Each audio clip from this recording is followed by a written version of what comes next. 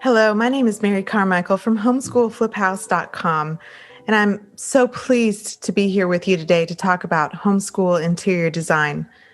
I want to dedicate this talk to Our Lady of Loretto, and I pray that she helps us to cultivate all of our homes so that they're more like the Holy House of Loretto, where she lived in her childhood, received the Annunciation, and where the Holy Family, according to tradition, raised our Lord in his childhood. Having said that, I would like to tell you a little bit about myself and my project, and then talk about the concepts behind homeschool interior design. So I'm a homeschooling mother, a second generation homeschooling mother of four. My oldest is 4 and my youngest is 7 weeks. And I'm also a convert from a Baptist background and an alumna from Ave Maria University. And after I graduated from college, I took a job and I also flipped houses on the side in order to pay off my student loans quickly. And then 5 years ago, I married a North Carolina farmer and I stopped flipping houses because the babies came quickly. 4 babies in 4 years. I did, however, have one house left over, which I simply rented out until the beginning of last year when the tenant moved out. And I decided, well, I'll probably sell it. So I had just found out I was expecting our fourth, and I took my toddler trio to this rental house during the day. We would go there and do the light renovation work, ripping out the carpet, painting the walls, things like that. And we enjoyed so much having a place to go outside of the house. We didn't really have much of that in my small southern town. There's really not many places to go. So we were enjoying this so much that I began to think, wow, this would be an amazing place to bring them during the day for homeschool. And I began to dream of flipping it into a dedicated homeschool space. And I took that to my husband, and he generously allowed me to undertake this project. Then I discovered that there are no homeschooling families in our town at all. So I also decided I wanted to blog and vlog our journey so that we could hopefully connect with other amazing homeschool families. So it's just a privilege to be talking to you at the Catholic Homeschooling Conference. So having told you about that, I just want to briefly tell you about the floor plan for our schoolhouse. We have this house is small. It was built in 1937. It's got a lot of charm to it. It's just 5 rooms and it's just over 1,000 square feet. You can go to the website if you want to see the floor plans. The master bedroom is being flipped into a family chapel. The other bedroom is becoming my office as teacher and principal, which is great.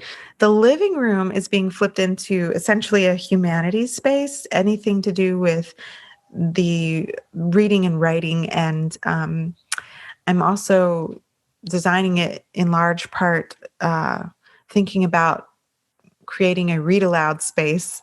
Thank you, Sarah McKenzie, for your amazing work there. The dining room is being flipped into the space where we're going to do everything with numbers. So math, business, salary negotiations, eventually everything that we would learn about numbers is going to take place in that room. And the kitchen we just demoed. I did not want the temptation of cooking and having dirty dishes in there. So we've just got a minimal snack mini fridge space we're going to put in. And we are putting in a utility sink there and making the former kitchen the space for everything messy: science projects, art projects, painting. That's essentially what we're doing with our floor plan.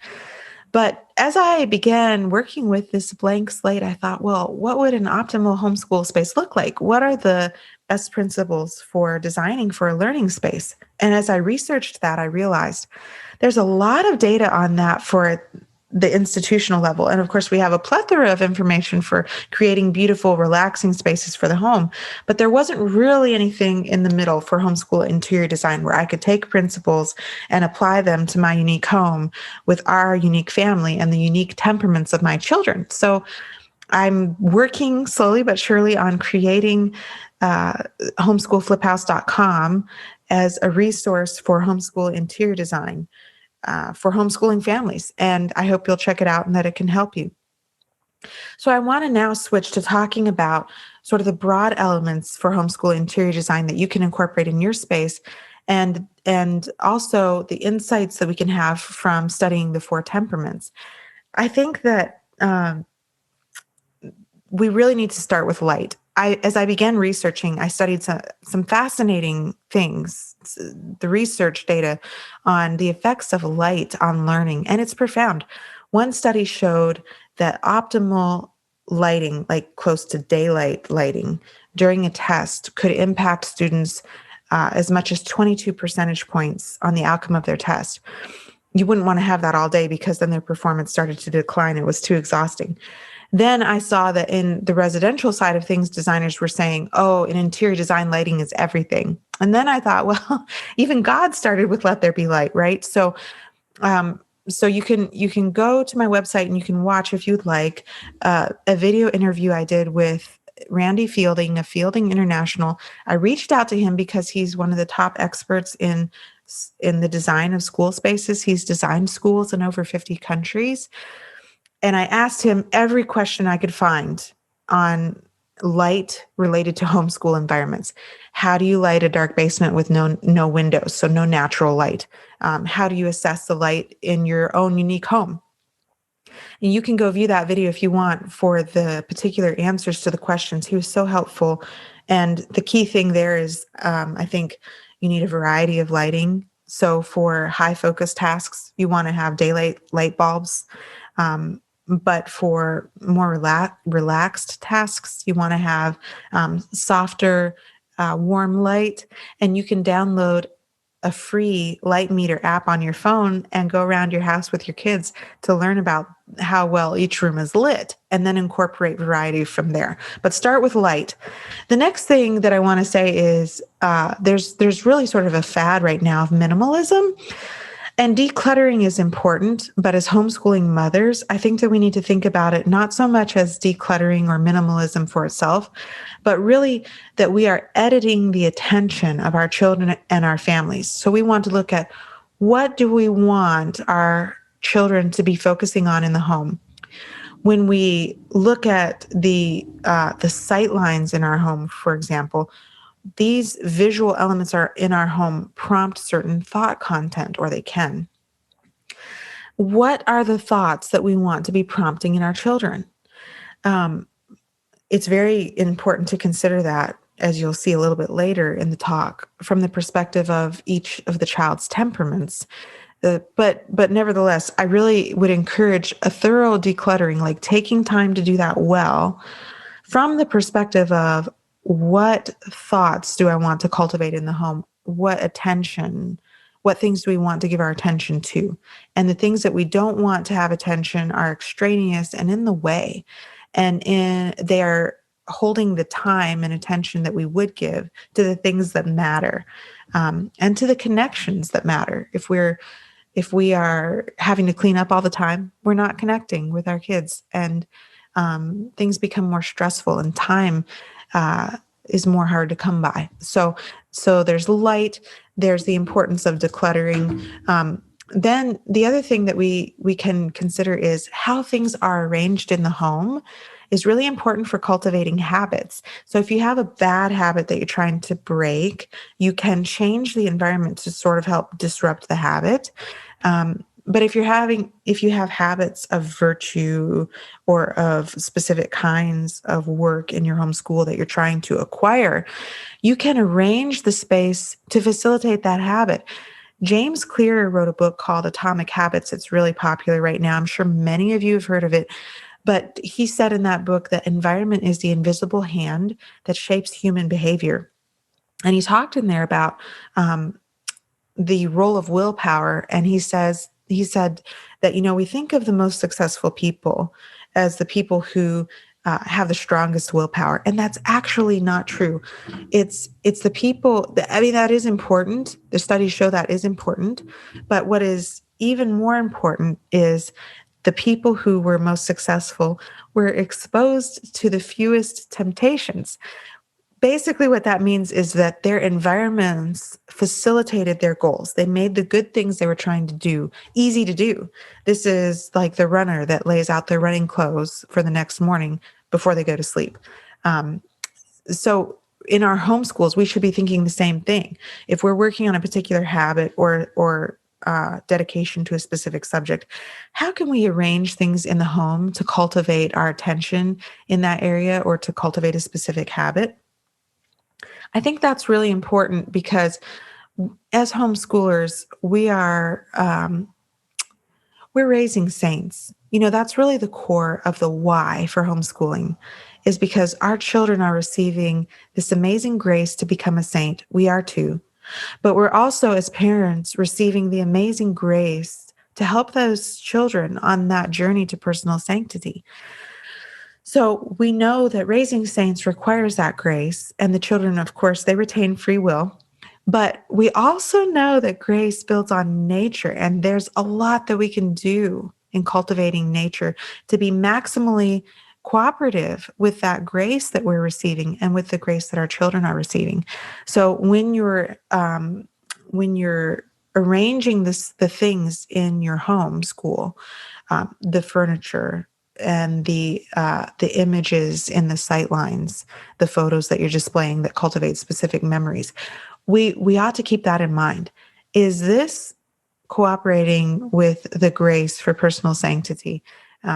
Is this going to facilitate habits of virtue? Is this cultivating joy?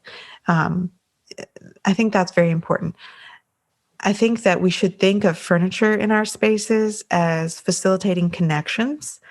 Um, that is something that's really lacking in our world today. But, this goes beyond just creating read aloud spaces, which is very important. But we can even think of it as, for example, in the father and son relationship, is there a space for them to cultivate their bond? It's such an important bond. We all know that a major part of what is missing in society is sons being formed by their fathers. So are we as mothers cultivating spaces where that bond can really develop and grow? Maybe this is a space for tools or a specific project they're working on or a book they're reading together. But a place that's theirs. I think that's an important thing to think about in our homeschools as well. Um, the other thing that we should do is consider beauty, not just from HGTV's perspective, this is attractive, but as a way that we empower God. I heard that from Michelle Benzinger on the Abiding Together podcast, and I thought that was beautiful. Beauty is a way that we empower God. And then I heard Saint Jose Maria Escriva say that joy is the fertile soil for evangelization. And I thought, yes, this is right. Our homeschool spaces need to have touches of beauty. Of course, there's going to be chaos, especially with large family. Of course, there's going to be messes. But are there also touches of joy? Because joy is what makes the burden light, right? It's what makes us want to do things. So everything that we're doing in our homeschooling is geared towards the Logos, the word, having fertile soil in which to produce fruit hundredfold. And that's less likely to happen if we don't have touches of joyful things in our environment and connections that create joy in our homes. And these things are powerfully affected by how we arrange our spaces, the color that we use, and just the little touches that we put on things. So really think about that as you're cultivating your homeschool space. I want to speak to the moms out there who might be doubting in their own abilities a little bit to homeschool, and I think that's something we probably all struggle with at some point or another. A bit of an imposter syndrome, perhaps we might call it.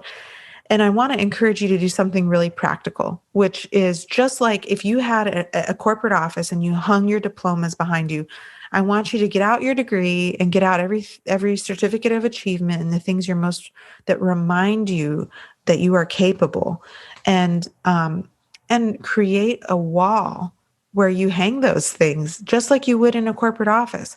I think that's important for you to see. Go there, look at these things, these achievements and accomplishments when you're doubting yourself. And I think it's important for your children to see. You're not just mom, you're an amazing mom, but you've also achieved these other things. On my own wall, in addition to my diploma, I have a picture that one of my nieces drew me of me holding my newborn, and she wrote Supermom on it, and it touched my heart so much. And I hung it next to my diploma. I think it's really important to have reminders like that. You can do that for anything. If your child has an insecurity, you can hang something that reminds them of an achievement on the wall for them to see, to remind them, hey, I did that. I can do this too. The last thing I want to close with is some remarks on the four temperaments, because these are really powerful in our homeschools, in cultivating saints, in arranging nature to be receptive to grace. When you learn about the four temperaments, you realize each one of these temperaments has particular strengths. They're also prone to particular weaknesses. There's no temperament that's better than another. Certain temperaments clash really strongly. If you are a melancholic mom with a sanguine child, you're going to clash. If you're a phlegmatic mom with a choleric child, that's a strong clash. It's very empowering tool as a homeschooling parent to know about the temperaments, but it also profoundly impacts your homeschool interior design, because what you begin to realize is that, okay, so if being a saint involves acquiring specific virtues, once I know the particular, Father Ripperger talks about this. If you know a particular weakness for that temperament, then you say, okay, part of God's will for me is to say, well, the virtue opposite to this weakness is what I'm called to cultivate right now. That will help me on my journey towards personal sanctity. So once you learn your child's temperament, you say, oh, I know that this rewards, for the sanguine, for example, rewards motivate this child. How can I incorporate small rewards, maybe even something as simple as putting a prominent check mark on a to-do list? How can I incorporate small rewards into our homeschooling design and environment to help motivate this child? To use the example of the sanguine again, they love variety of things. They're highly externally stimulated by bright colors and a variety of things, and music and activity. So you can think about how to allow them some variety of where they do their schoolwork, or some bright colors to sort of draw them in, little changes that you can make to help them in their homeschooling journey. And you can also think about, okay, so that motivates them and draws them in. But then I want to help them to overcome their propensity to not finish what they start.